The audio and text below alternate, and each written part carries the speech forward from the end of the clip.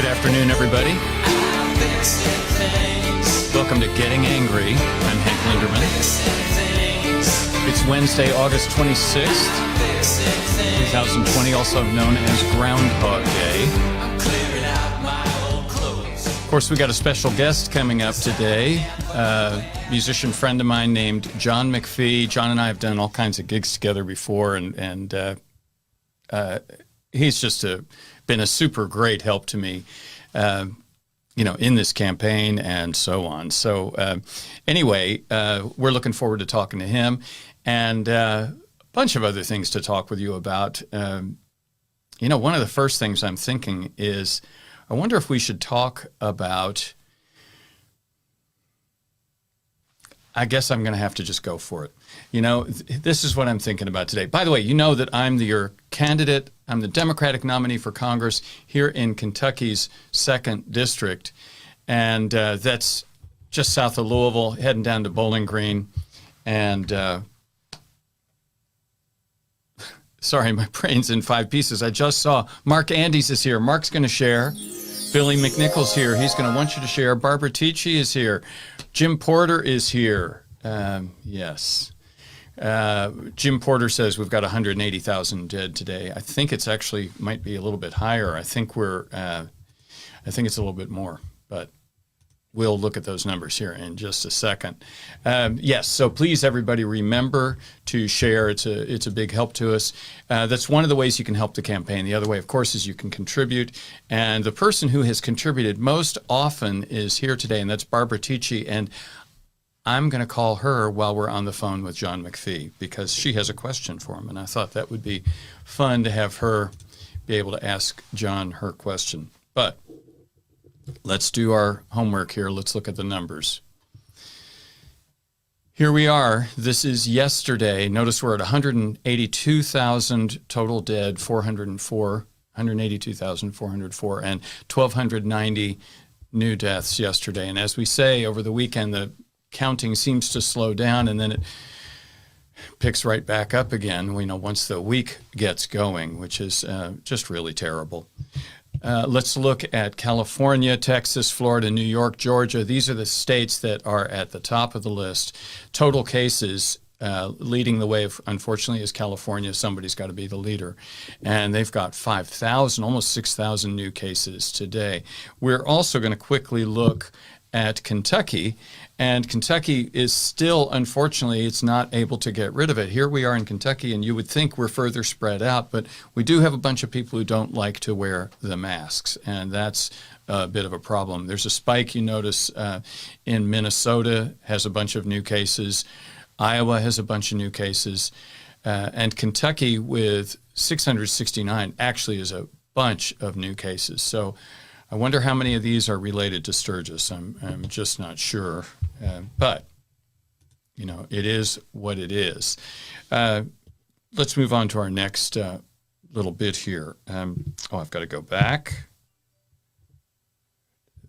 4, 5. There it is. Here's the story I want to talk to you about today. So the New York Attorney General has filed yet another case. They're looking into the Trump family's business. And let me read to you a little about it. The New York State Attorney General's office has asked a judge to order Eric Trump to provide testimony under oath and the Trump Organization to hand over documents about 4 Trump properties it's investigating, asserting that the company has stalled the inquiry for months, as court papers show. Mr. Trump, this is Eric Trump, who's President Trump's son, abruptly canceled an interview that was supposed to be under oath with the Attorney General last month. And in response, the Manhattan District Attorney's Office has suggested in court filings that it's investigating possible bank and insurance fraud by the president and by the Trump Organization. Now, what they're saying, this comes out of the former attorney for President Trump, Michael Cohen, who testified that the president had inflated his assets in financial statements to banks when he was seeking loans, made them seem like they were worth more, and then understated them to reduce real estate taxes, which is obviously fraud and obviously a serious thing. The Attorney General's office has also asked the judge to order 2 lawyers to sit for interviews under oath. And this is a land use lawyer who does work for Trump, for the Trump Organization, and another woman named Sherry Dillon, who's represented President Trump and his company on tax matters. So they're going to get called in. And that's going to be interesting. The inquiry is currently civil, but if the Attorney General discovers that there's something more serious than what they're looking at, it could turn into, they could ask the governor, Governor Cuomo, to authorize a criminal prosecution. Wow. That would be a big deal, I think. Now, what's interesting is, as you can see here from the picture, Eric Trump has asked, has pled the Fifth Amendment. Now, we are all entitled to the Fifth Amendment, but I thought it would be a good idea to play President Trump's comments on the Fifth Amendment. So here we go. People taking the Fifth Amendment. You see, the mob takes the Fifth. If you're innocent, why are you taking the Fifth Amendment? President Trump is actually wrong. You know, it does not mean that you're guilty. To take the Fifth Amendment does not mean you're guilty. So I'm sure he would have a different opinion today since his son has just recently taken the Fifth. But I just thought that was illustrative. And also, we're going to be playing a game later on called Name That Republican. Let's do this first time before we call John McFee. And why don't you all see if you can name this Republican in the comments. Everybody ready? Here we go. Donald Trump is everything we hear and teach our kids not to do in kindergarten. Does anybody want to answer that one? I'll play that again. Donald Trump is everything we hear and teach our kids not to do in kindergarten. Okay. Well, you all let me know who you think that is. It's just about time to call Mr. McFee. I know he was up all night working, and that'll be one of the questions we ask him. So anyway, that's maybe we'll see if John will play Name That Republican for us. Kevin Zuccaro, winner, winner, chicken dinner. He's absolutely got it right. It was indeed Nikki Haley.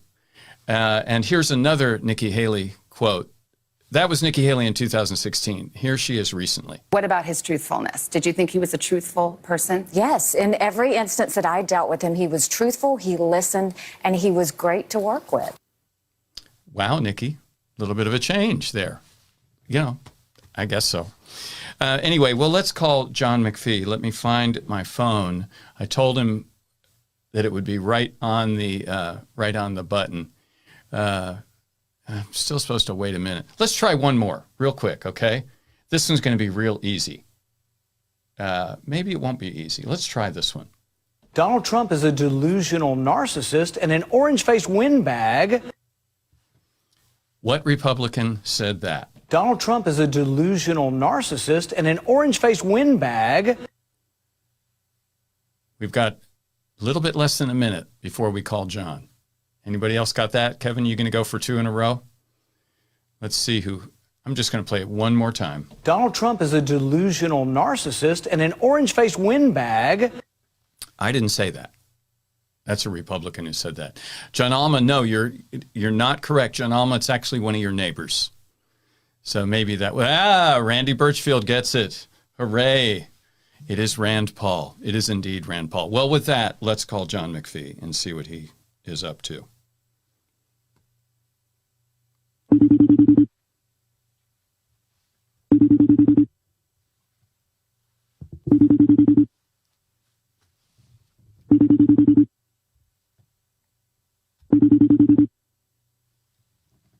I hope he's awake. Might not be.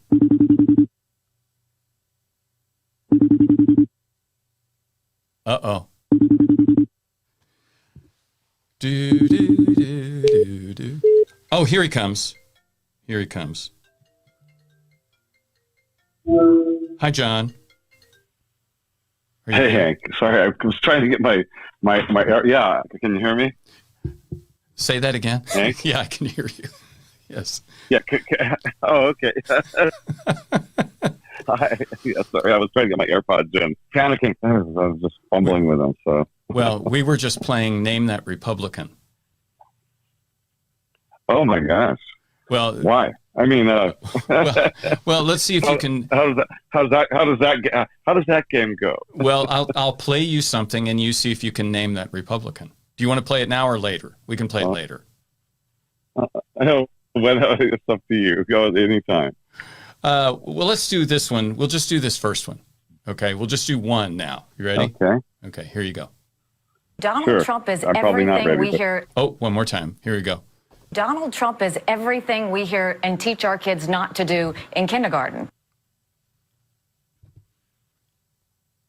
Oh wow.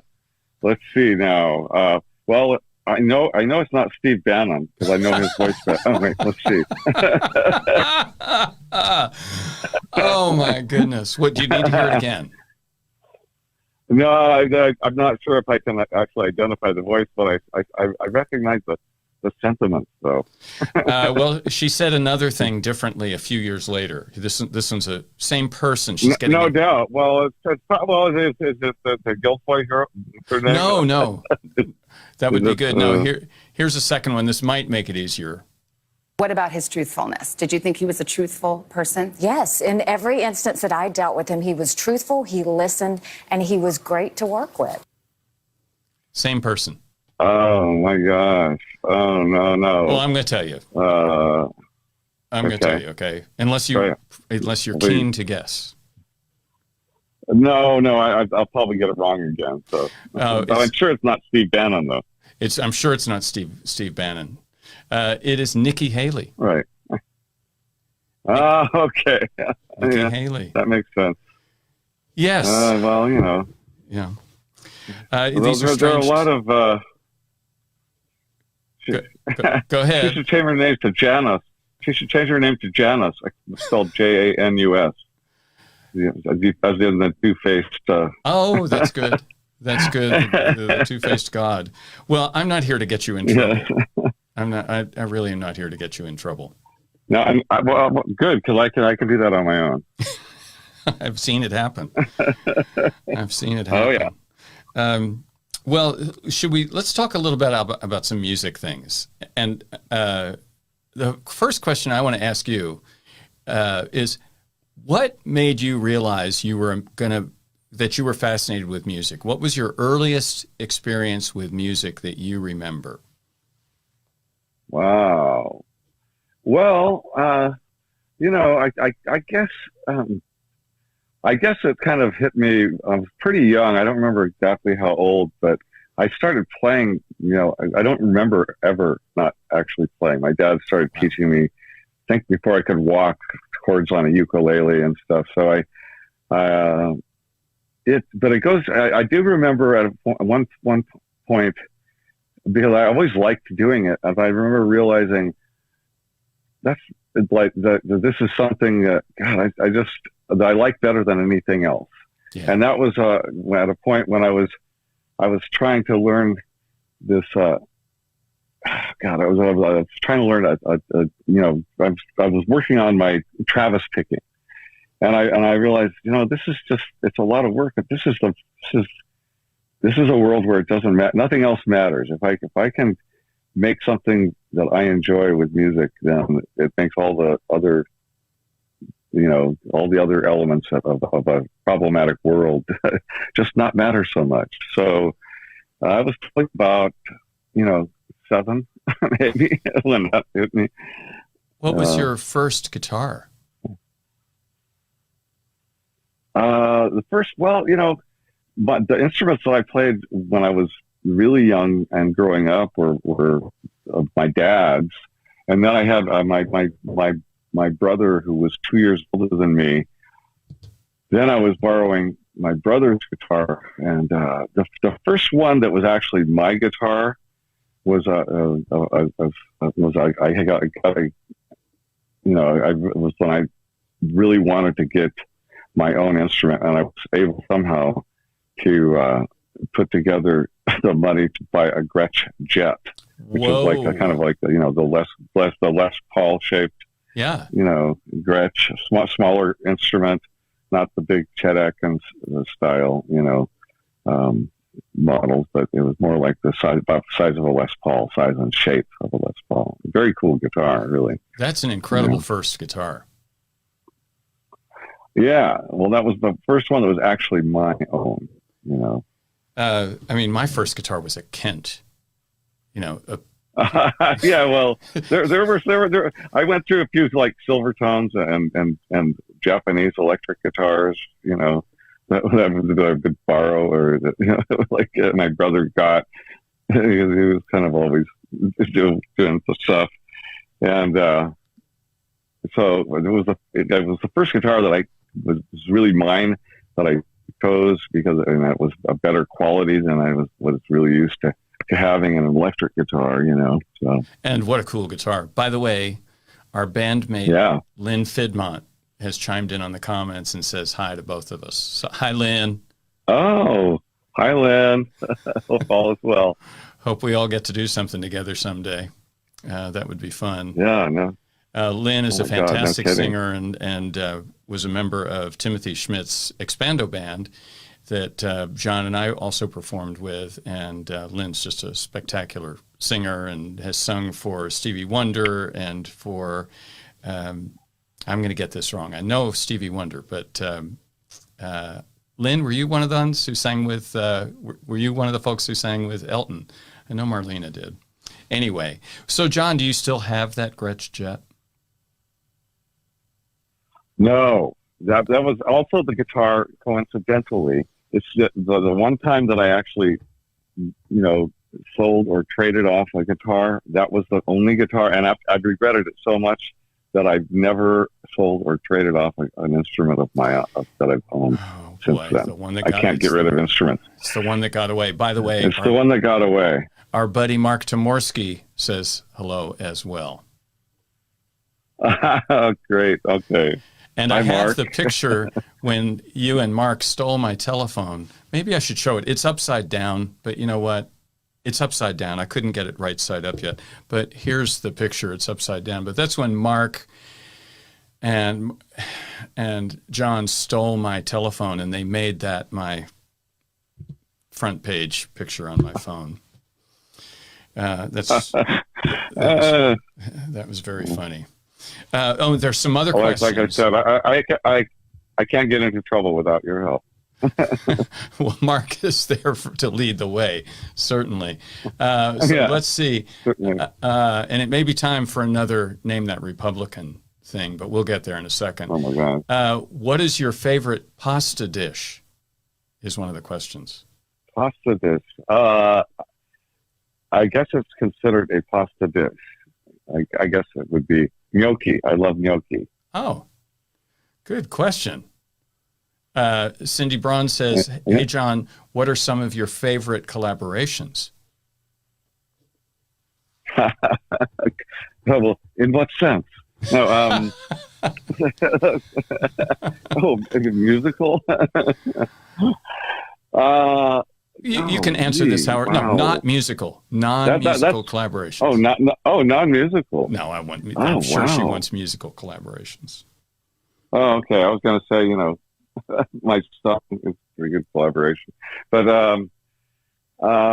musical collaborations. Well, that's a tough one because I've been so lucky in my life to have been able to work with so many great people, including Hank Linderman. But yes, a significant part of your history. Yes, well, it's true. No. A lot of people have made the mistake of working with me. So I always think of like some of my, going back to when Mike Bloomfield was one of my first, non-country guitar god idols and stuff. I mean, it was not long before he asked me to play on a record he was making that I was looking at the Butterfield Blues Band album and going, God, these guys are great. I never think I would ever get to meet him or never mind play with him. And people like that and Van Morrison and Elvis Costello, my God, the list goes on. So I just feel really lucky, Wow. in so many ways. Well, you are just one of the most favorite. You're one of the most musical people that I've ever met in my life, and I've been around musicians all my life, and it's great to have a brother like you. Hey, I want to reach out to, I'm going to call, while we're on this call, I'm going to call a friend of my campaign named Barbara Ticci, and Barbara has the unique distinction of being the person who contributes to the campaign most often, and she contributed again today, and just fantastic. Wow. So we're going to call her, and she has a question for you. So let's see if this is going to work. Okay. Barbara. Hello. Hi, Barbara. Hi. Barbara, I'm calling to thank you because you have been the person who contributed most often to our campaign. And I wanted to introduce you to John McFee. Okay. Hello. That sounds good. Hi. It's Hi, great having nice to you meet you. join us. Well, Barbara, you have my pleasure, honestly. And you have a question for John, I think. I do. I'm going to put him on the spot here. John. No, it's not that bad. I want to know what your feelings are about whether live music concerts will get back to what they were before. Wow. Well, of course, I'll be guessing just like anybody would be at this point. But yeah. I think they'll be back pretty much like before. Maybe some things will change, and hopefully, in the long run, actually even for the better. But I noticed there's some interesting innovations happening. I saw a concert in the UK where they had actually made these separated areas for virtual, for distancing, and it was outdoors, and it was really interesting. And what I was thinking when I was looking, I was going, I kind of like that. You're not. It was not being jammed up against everybody, and it looked like it might be a more pleasurable experience in some ways to have a little more space. I don't know, just the space and a little less jostling and scrambling, in certain types of venues at least. So who knows? But that was interesting, and I saw some comments of people talking about it, like, well, this is like flying business or first class versus coach. So I think for the audience, maybe there's some ways we can improve the experience. So maybe in the long run, we'll learn some things from this. I'm hoping it'll get back. See, I'm missing my live concerts. I had tickets to see you with the Doobie Brothers this year, and now it's postponed until July next year. So hopefully I'll be able to go to Raleigh, North Carolina, and see you there. Well, thank you so much. We certainly appreciate the support our fans and listeners have shown us through the years. I'll tell you that. Yeah, and let me tell you, we miss playing. We miss, being able to do that. I'm sure you do. So. It's your way of life. So yeah, I miss it too. We'll be back. We'll be back. It will come back, and it's just a question of when and what kind of changes might happen. But it'll be back. People need music. Yeah, that's right. Thank you so much for answering my question. Oh, you're welcome. Thank you, Barbara. Well, good. Thank you. All righty. Bye-bye. Take care. Bye-bye. Thank you. Bye. What a good question, huh? Yeah. Yeah, well, it's a question on a lot of people's minds. And in fact, I think you've been, if you folks aren't aware, didn't get a chance to get some screen grabs of it, but you can go on YouTube and find, what are you guys called, the Quarantines now? Are the Doobies called the Quarantines? Oh, well, no, that was for, that was a collaboration. That was a good one, I thought. Speaking of musical collaborations, we did a thing with Dave Mason, where it ended up being called Dave Mason and the Quarantines, and it was with Dave and the Doobie Brothers, with Michael McDonald and with Mick Fleetwood on drums, and Sammy Hagar singing a verse, and stuff. So it was just a bunch of us that said, let's do something fun, and it was really Dave's idea, and he had the vision for it, and we put that together. So that was Dave and the Quarantines, and Well, now, but the Doobies, we've done it. Yeah. If the people out listening, if you haven't heard this, you really need to hear the version of, you look for "Feeling All Right." It's a song you know. Most musicians know every note of it, every word of it, and you guys reinvented the song, and I have listened to that a dozen times, and it's really wonderful. It makes me feel good every time I hear it. And John did the recording, or did the mixing of it, as well as playing on it, performing on it, and just fantastic. So, but there were 2 other Doobie songs you guys did too, right? Yeah, we have done. It started with Tom Johnston. Got a hold of me and Pat Simmons and said, why don't we do some, I'm starting to see people doing these videos during this lockdown situation, and maybe we should do something, and we liked the idea. So we did a couple of, start out with Blackwater and listen to the music, sort of unplugged versions without drums. It was just the 3 of us plus our bass player, John Cowan. And it made people feel better, made us feel better. And so we're working on things like that. We're working on some more stuff right now, and of us with Michael McDonald as part of it, and some new things, a couple of new songs with Michael. And so that's kind of, one of the things we can do, thank God, with modern technology is to put together recordings, and even though we're all isolated remotely from each other, we can do these things. So it's kind of, it's the new thing. Yes, it is the new thing. We're learning more about video. I certainly am doing this. My friend Hildegard Pyle, who is a Democrat from Breckenridge County, is making a joke. She said regarding the Dave Mason song, "Were you all alone together?" That's a good one. That's a good one, Hildegard. I like it.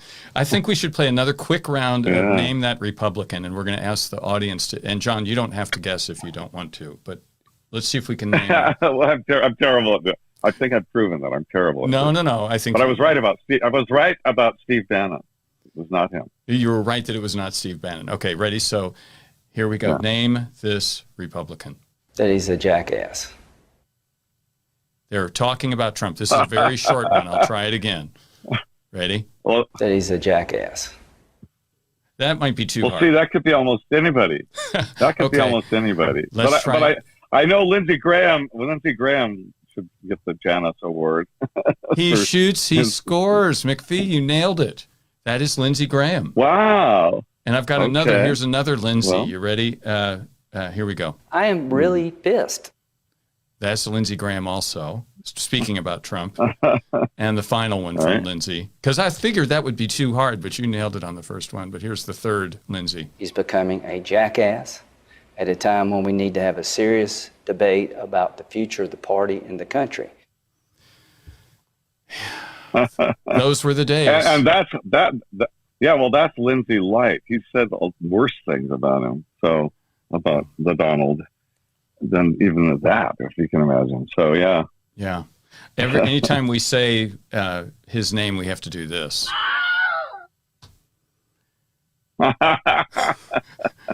So if someone says Trump, we have to do that. And I thought that saying Donald would be part of that. Okay, let me see if there's any more questions. I'm looking for more questions. Let's see. Well, okay, then let's do this. Let's talk about Clover. And I'm going to show everybody a picture of the Clover CD. Let's see, I'm going to make sure it's in focus and not shining with light. Homestead Redemption, which you finished, I want to say about a year and a half ago. That was the first time I finished it, probably, yeah. The first time you finished it? Well, you also, this is, so Clover was your first successful band back in the 70s? Well, we actually in the 60s. 60s. We started out in the mid 60s, and as a matter of fact, I signed my first record contract as part of Clover, and I was young enough that my mom had to sign the contract for me. Your mom had to sign the contract because you were 17 or 16 or something? Yeah, I was not 18 yet. Yeah. Wow. So, wow. I know. And then, I think most Americans don't really know about Clover. I certainly didn't, even though, when I met you and you mentioned it, but Clover ended up being a very influential band in a funny kind of way, in a list of ways. Well, yeah, we were the band. I will say we were always on the threshold of the inception, of the beginning, of the start, of making it. and as Clover really never quite made it, but we were always kind of like, we always had stuff going on, and we were always trying. And I always felt we were a good band. I still do believe in that, but it was, we struggled. Let's put it that way. And you're right. And the biggest success for Clover is called Huey Lewis in the News. Exactly. And because their overnight success. Right. Yeah, Huey was in the band, so was Sean Hopper. Their overnight success was a decade plus in the making. And Huey wasn't the singer in the band. Well, he was a singer, but he wasn't the main singer because, especially when we started out, we were a quartet, and then Huey joined slightly later, and Alex Call was always the main singer, and when Huey joined, he was playing a lot of harmonica, but he did sing, and they would do trade-offs, but Alex was still always singing more than Huey actually did in Clover, and that's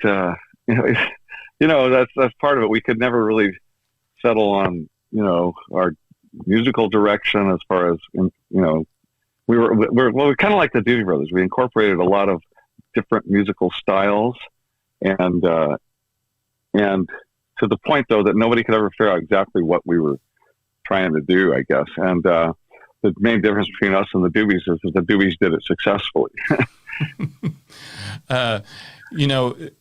There was a momentous meeting that occurred, but there's also Clover was warming up for a lot of bands, and you have a story that I don't know if you want to share, but it's a very funny story. Can I say it over the air? I don't care. I don't care. Well, okay. Well, I would love to hear that. I'm sure everybody listening would love to hear the story. All right. Well, as I say, we were always,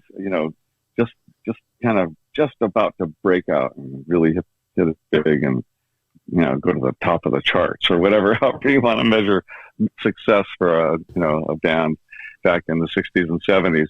And it was in the 70s at a certain point, various set of circumstances, we ended up moving from California. We're a California-based band. We were from Marin County up north of San Francisco, Bay Area band. But we moved lock, stock, and barrel to the United Kingdom, to England. And so we were living in England and recording over there and working over there and touring. And we were opening act, like you mentioned, for a lot of different artists. And we had done a lot of touring, opening for Thin Lizzy, and we were doing, I think the incident I'm going to describe was when we were opening up for Lynyrd Skynyrd on a European tour. And we were somewhere in the UK. And one night we walked out on stage, hadn't played a note yet. We walked on stage to do our show, and before we'd even played a note, loud and clear from the audience, a guy yells, "I saw you with Lizzie, and you're still shit." And so, that's gone down in history for us as like, that kind of sums it up. We just could never get a break, even from the audience members, apparently. So, and then you had to go play. Then someone yells that before you played a note, and now you got to go play. Right. Now you got to do your show. You set. Was it other than that? Was it a memorable show? Do you remember the show?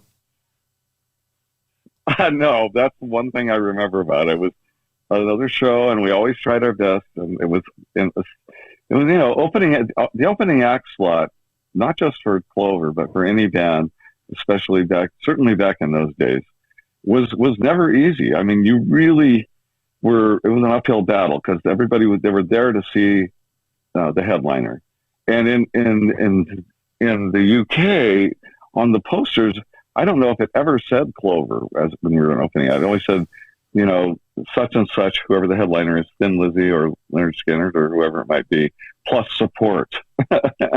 And so we should have just changed our name to Support, so at least we'd be on the poster. But it was always a struggle, and it is.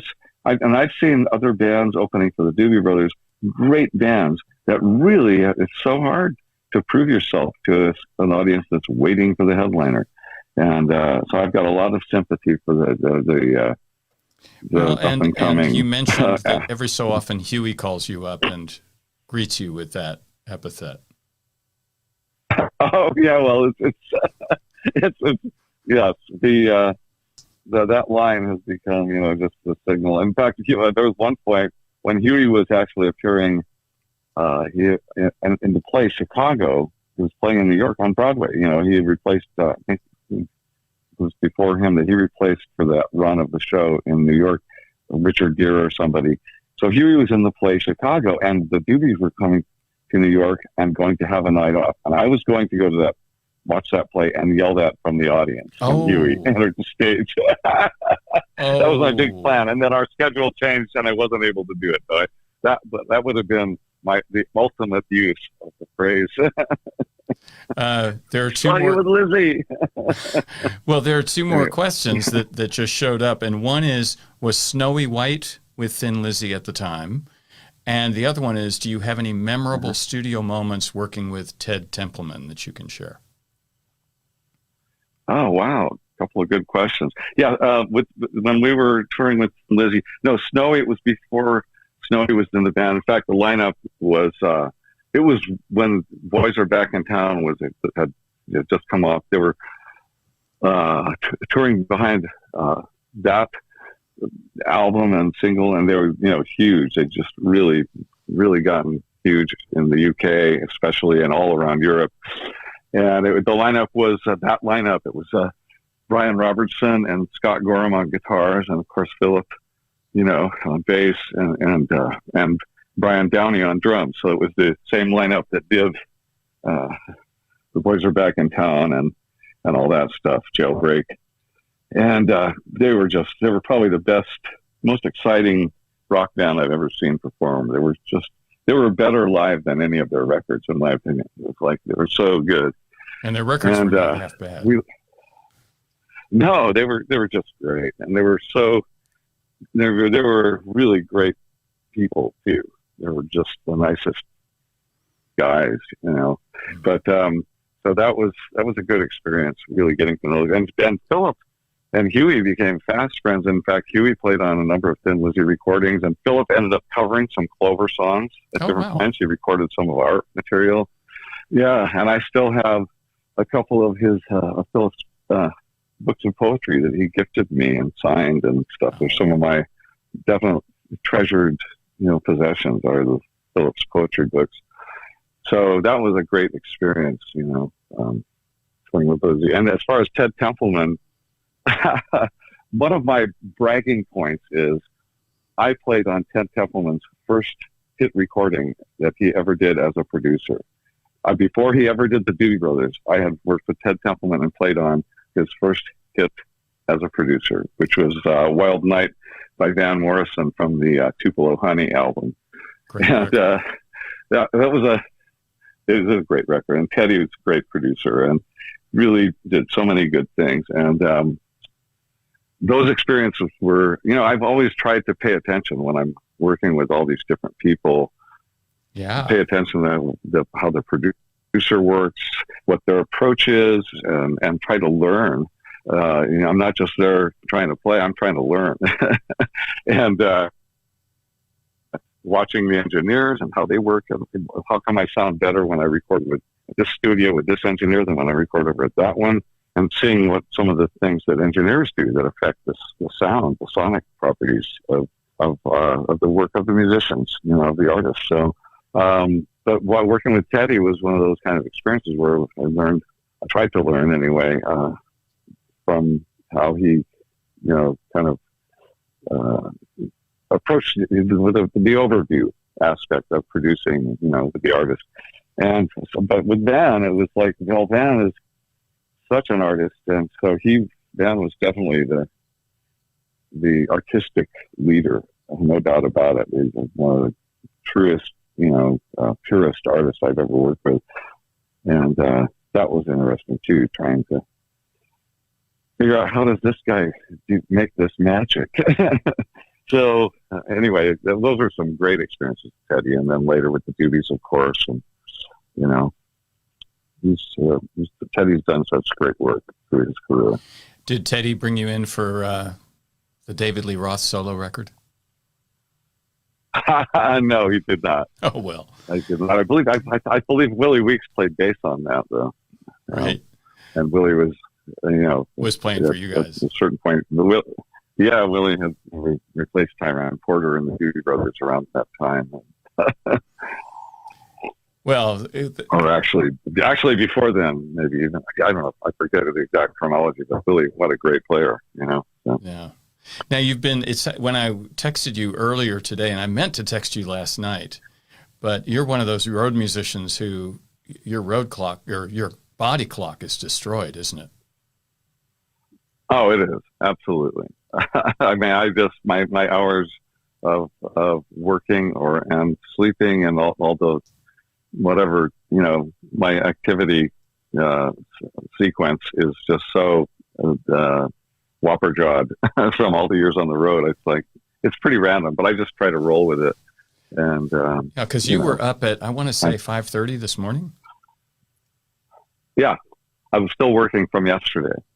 Right. On some of the recordings I'm talking about that we're doing with Michael McDonald, and which again, I'm in the Doobie situation. I do a lot of behind the scenes, recording and engineering work and putting things together. I've been working with Michael on putting together his stuff. So, are you able to share what the songs are? Not yet. Not yet. I probably said, okay, it's going to be great. That's all I can say about it. Great. I agree. And John, I really am serious. I'm switching over so everybody can see me. You really need to hear this Clover record. I believe it's on iTunes, isn't it, John? No. Oh. As a matter of fact, that's why I was kind of not really joking. I was like, that's the first time I completed, because I've had 1,000 CDs printed up, because I was sort of my own project that I decided to do. Revisiting what we were doing was revisiting some of the songs from our first Clover albums that we did for Fantasy Records back in the '60s, but redoing them, trying to do a better job, because when we signed that record contract I was alluding to, where my mom had to sign it for me, we were young enough, we didn't know how to make records, and Fantasy assigned us a producer, ironically named Ed Bogus, who had never produced a record before. And I will say, though, Ed Bogus is great. He's one fabulous musician. He's since become just, he's done all kinds of work since then, and he's really great. And we had a lot of fun with Ed. None of us really knew how to make records, so we've always felt we had some good songs and we were a good band, but we just didn't really capture it that well. Because we just didn't know that making records is its own process, as you know, Hank Linderman. Yes.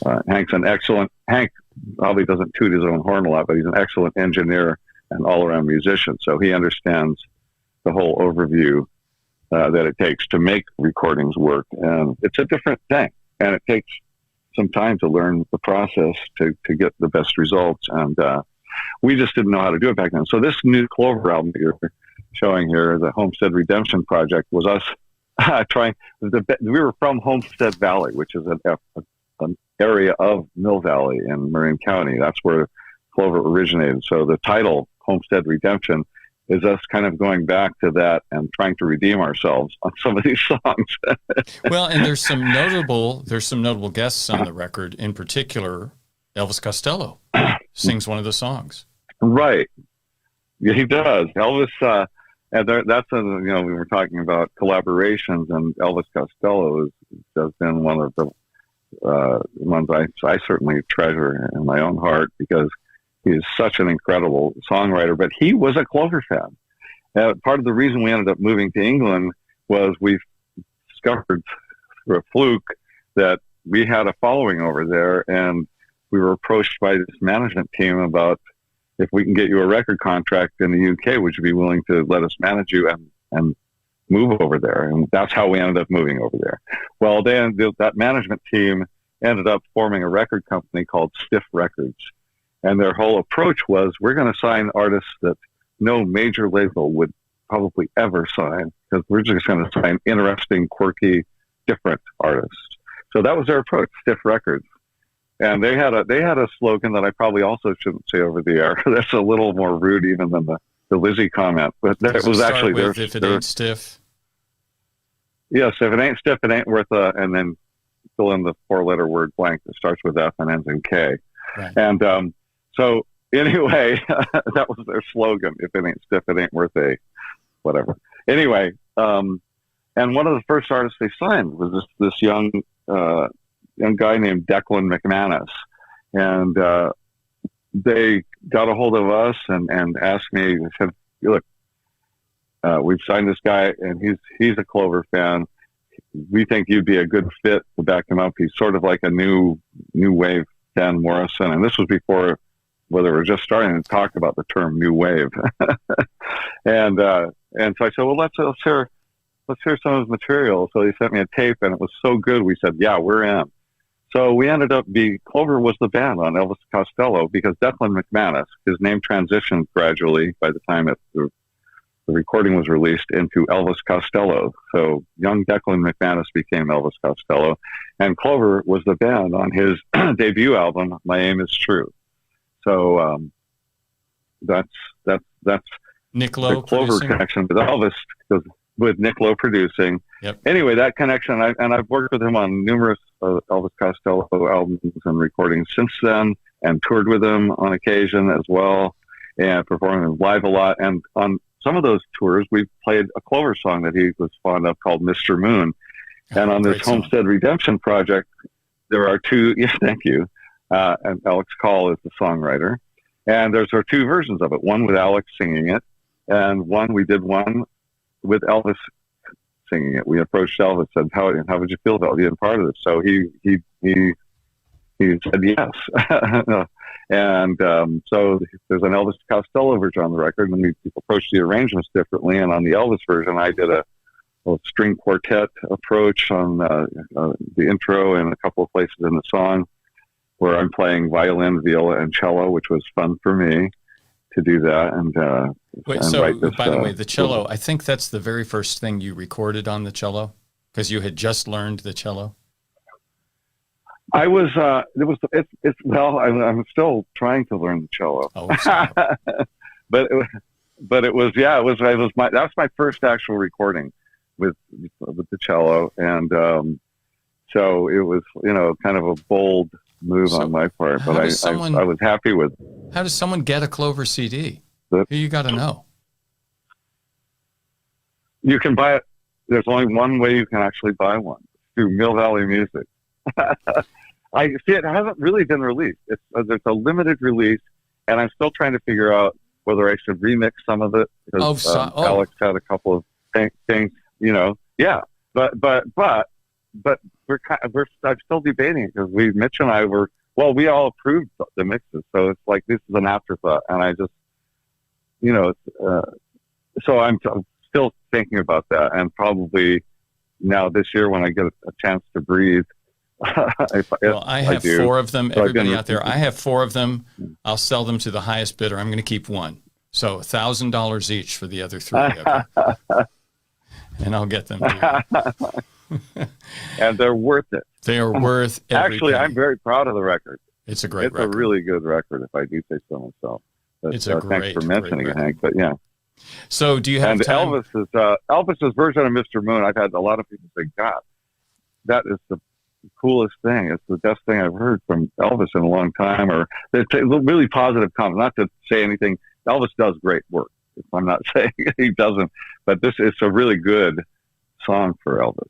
You know? It's a great song for Elvis, and it's.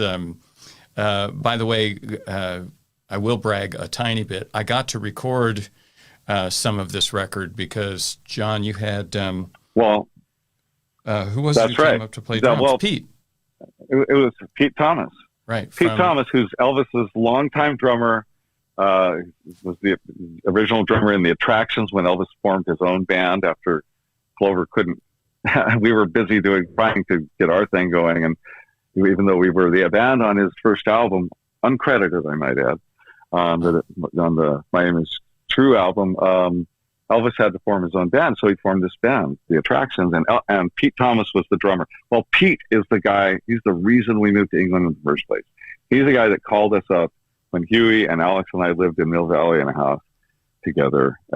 We got this phone call out of the blue one day from this guy with a British accent saying, "Sorry to bother you chaps, very polite, but I got your number from a bloke down here at the Old Mill Tavern, and I'm just a big fan of yours. I'm from England, and I play drums. I'm over here playing with drums with John Stewart from the Kingston Trio, who he was playing with at the time." And so he was so polite, and he said, "I just want to meet you guys." So he came over to our house, and so we met him, and he told us this whole story about these people.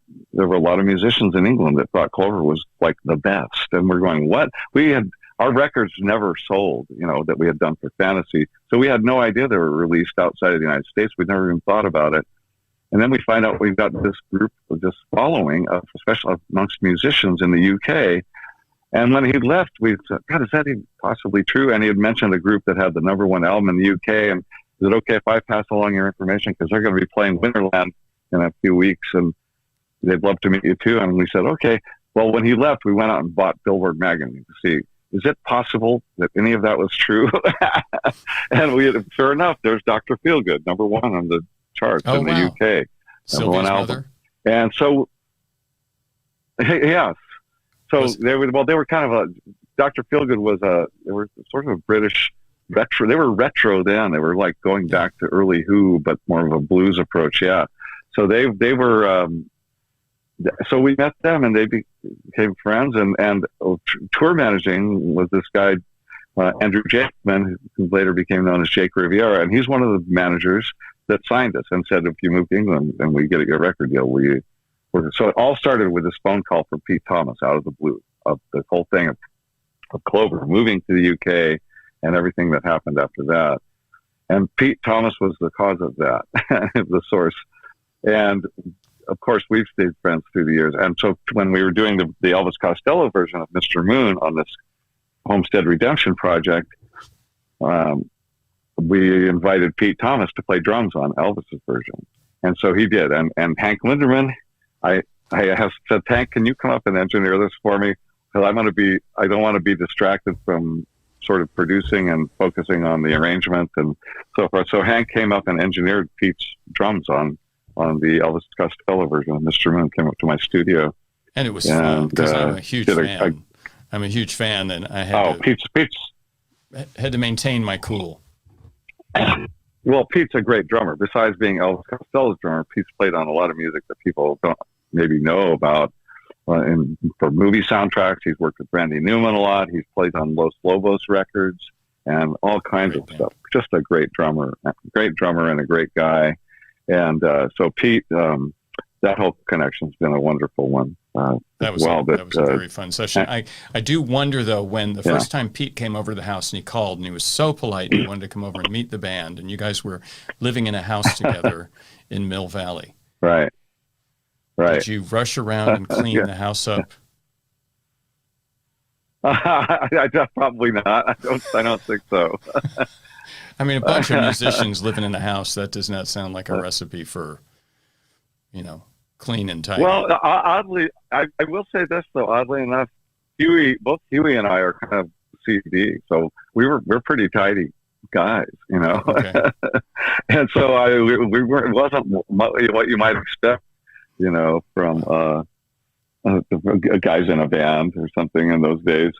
we were, and Huey, Huey's always been, one of those people that just works really hard at what he does and focused. And besides playing in Clover and stuff, he had his own natural delivery company up in Marin and Northern California. So he was working his day job and doing the gigs with us. And Huey always had what kind a of lot delivery going company? on. And, Natural Foods. It was called Natural Foods Express. Oh, wow. Like organic yogurt and things, stuff, all kinds of natural foods. He was delivered to health food stores. Wow. He had his own company. And so he's always been, he's not a lazy guy. Let's put it that way. Well, and neither are you. By the way, I'm going to be, along with Billy McNichol and our friend Bob Ramsey, I'm playing a charity benefit tomorrow night that's going to be interesting because of the social distancing thing, but it's going to be online. And one of the scheduled artists is a young man from Kentucky named John Cowan. Oh, no kidding. So Excellent. John is going to be there. Yeah, so I should be able to say hi to him. I was tempted to call him today, but maybe we'll talk to him tomorrow. Well, tell him happy birthday too, because his birthday was just on the 24th, just a couple of days ago. So. And so 54, I'm going to guess. Yeah, give or take a decade. Or Oh, really? I thought his record was called 50 or was his record called 60? His record was called 60. Oh, there you go, 64. That's a John Cowan record that I produced, actually, from a few years ago now. So, yeah. Right. Another great record. Well, so I will follow up, everybody, about figuring out, because, John, there's requests for people willing to pay good money to get a autographed copy of the Clover CD from you. So we're going to have to get on that, okay? Oh, wow. Okay. And one more quick round. At some point, it will be really released, and it will be available on iTunes at some point, probably pretty soon. We're just kind of in decision-making processes. The world's waited this long, it can wait a little longer. I understand. It's once you let it go, you can't get it back. I understand the fear. So I think we need to play one more quick round of Name That Republican. All right. Oh my gosh. Are you ready? Yeah. I'm probably not ready, but it's all right. This one's going to be super easy. You ready? Okay. Here we go. We'll find out. Leaders and fighters for freedom and liberty and the American dream. The best is yet to come. Oh boy. I don't think you need to hear that again. I didn't need to hear it once, but that's Don Jr.'s gal pal who is younger than his father's wife. Oh, that's right. I'm sorry, not younger, older than Melania. I meant Melania. Oh, ouch. Excellent. No, you got it. It's Kimberly Guilfoyle and Kevin Zakar. See, I think they're enjoying this. So we have to finish this job. How about this one? And John, this one's a very tough one. And the person who's talking about this is very recent. He actually spoke either last night or the night before at the Republican convention and was talking about the virus, the pandemic, as if it's over, as if it's in the past. Okay? So here we go. Okay. It was awful. Health and economic impacts were tragic. Hardship and heartbreak were everywhere. Want to guess who that is? Thank God that we're past all that. Yes. This is a tough one. God, I don't know. Was that? Well, it is for me because believe me, I try as hard as I can to not hear these people these days. Jim Porter I has heard already enough gotten it. What'd you say? Oh my gosh. Did you? Well, I've heard enough from these people. No, I didn't. I didn't guess. Oh, I don't know. It's Larry Kudlow. Go ahead. Larry Kudlow. Oh my God! Oh yeah, right. And I don't know if you remember. Do you remember we stop at when we go to the NAMM show? When we get to go to the NAMM show, he's another one of the an expert in his field, except that he He's not an expert in his field. Yeah, he's he's one of the kind of a best people. journalist guy who talked about economics, I think, and then suddenly he's the is he Treasury? Yeah. And then all of a sudden he's an actual expert. It's ridiculous. These best people, Trump. At one point, see, when Trump was an unknown, I could see how some people might fall for it. That were willing to ignore the bankruptcies and the grabbing comments and the having to pay off fines for fraud and to the tune of millions of dollars and then the actual criminal, just criminal fines and all. If you were willing to ignore all that back then, it was easier than now. Let's put it that way. Now that we've seen, he doesn't know the best people. He doesn't know anything. He doesn't know how to spell 3-letter words. I mean, it's like, come on. Well, we all get an opportunity to do something about that this year. And by the way, folks, this race is going to tighten. Joe Biden's up by 9 points overall, or maybe a little bit more, but this race will tighten. And folks, don't think for a minute you get out of this that the rest of us are going to take care of it. You are going to have to vote. And it's so important. It so is incredibly important. So incredibly important. Exactly correct. Well, John, I even have some more. I'm going to say goodbye to you because I have a feeling you may need to go back to sleep. Well, if gosh, I wish I were attuned enough to my body cycles to know if I'm ready for it yet. But yeah, I probably do. I probably should. well, no, I'm not trying to get rid of you, but I also hope you'll come back. No. And maybe we could arrange a conversation. Anytime. We'd love to have you come back. And John, as always, thank you for being behind me all the way, as you coined that phrase back when we were performing with Timothy. I am. Absolutely. And I was literally behind you. And Mark was walking there out with onto us the too. stage. That was quite a thing. So Physically anyway, fine. John, thank you so much. You're welcome. All right. Well, I love you in Always an a pleasure. appropriate fashion. And manly. And manly. Fashion. Exactly. Well, John, thank you so much. And we will talk. Please say hi to Marcia. I shall. Thanks. All right. And say hi to Pam. All right. Thank you, Hank. Bye-bye. Thank you. Oh, well, that wasn't very much fun, was it? Let's play a little bit more. We're over an hour this time. You all have hung in there. This has been really fun. But I'm anxious to have you all play one final round of Name That Republican. Everybody ready? Final round of Name That Republican. I'm going to tell you what I really think of Donald Trump. This man is a pathological liar. Anybody got an idea who that is? No idea? I'll play it one more time. I'm going to tell you what I really think of Donald Trump. This man is a pathological liar. Why you think about that? Because I've got 3 more examples of him because he's a little tough. Tonight, I'm going to be on the Indivisible Rural Caucus Rural Candidate Forum, and we'd love to have you there. It's at 8 p.m. Eastern, it looks like. There are going to be 3 candidates, and I'm one of the 3, and would love to have you all there, and you'll be able to ask questions, I think. So that should be fun, and it's looks to be, can't tell if it's a Zoom link. Maybe you will be able to answer questions. I hope so. So, yes, several of you got Ted Cruz. Let's hear some more Ted Cruz comments, really. He doesn't know the difference between truth and lies. He lies practically every word that comes out of his mouth. Ted Cruz. We got 2 more from Ted. The man cannot tell the truth, but he combines it with being a narcissist. A narcissist at a level I don't think this country's ever seen. And the last one. Listen, Donald Trump is a serial philanderer, and he boasts about it. This is not a secret. He's proud of being a serial philanderer.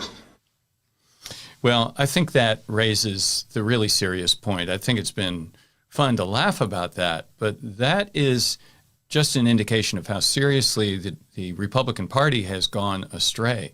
They started out, they recognized what Donald Trump was right away. And for them to change, for Nikki Haley, for Ted Cruz, for Larry Kudlow, for, let's see, who else did we have? Rand Paul. All of them changed their ways. Lindsey Graham. They all changed their ways. And the entire nation is suffering, and the Republican Party is suffering. I think the Republican Party is fracturing. But there's speculation that what will happen is that the hardcore Republicans will ultimately come back to vote for President, I have to get my correct button, Trump. So this is going to be tight, and we cannot let up on it. We're going to have some more guests. Now, tomorrow, I'm going to be performing with Bill McNichol and Bob Ramsey at a charity event that will be online, and it's for cancer research. It's put on by Bob Valvano. His brother, Jimmy Valvano, was the national championship winning coach of North Carolina back in the 80s. And I'm really looking forward to it. It sounds like John Cowan is going to be there as well. And it's going to be a combination of live performance and videos. And hopefully, there we go. Bill has put up a link for it. It's called the Friends of V. So I'll be part of that tomorrow. I'm not sure what I'll do tomorrow for the for getting angry, but I'll come up with something. Don't worry. And Friday, Congressman Mike Ward, former Congressman Mike Ward, who helps our campaign, is going to be with us, and we're going to discuss nightmare scenarios related to the election that's coming up, the things that could go wrong, the things that could be manipulated to go wrong. Anyway, thank you all for being here. It's always a privilege. Let's get a look at see what's going out. You can see, look how beautiful that hammock is. I haven't spent any time in the hammock yet this year, but there it is. It's at least nice to look at. So thank you all so much for being here. This is Getting Angry, which means you don't lose your damn mind. You focus and do what you got to do. Thank you all for being here. Boy, this was a long one, but what a lot of fun. Thank you all. See you tomorrow.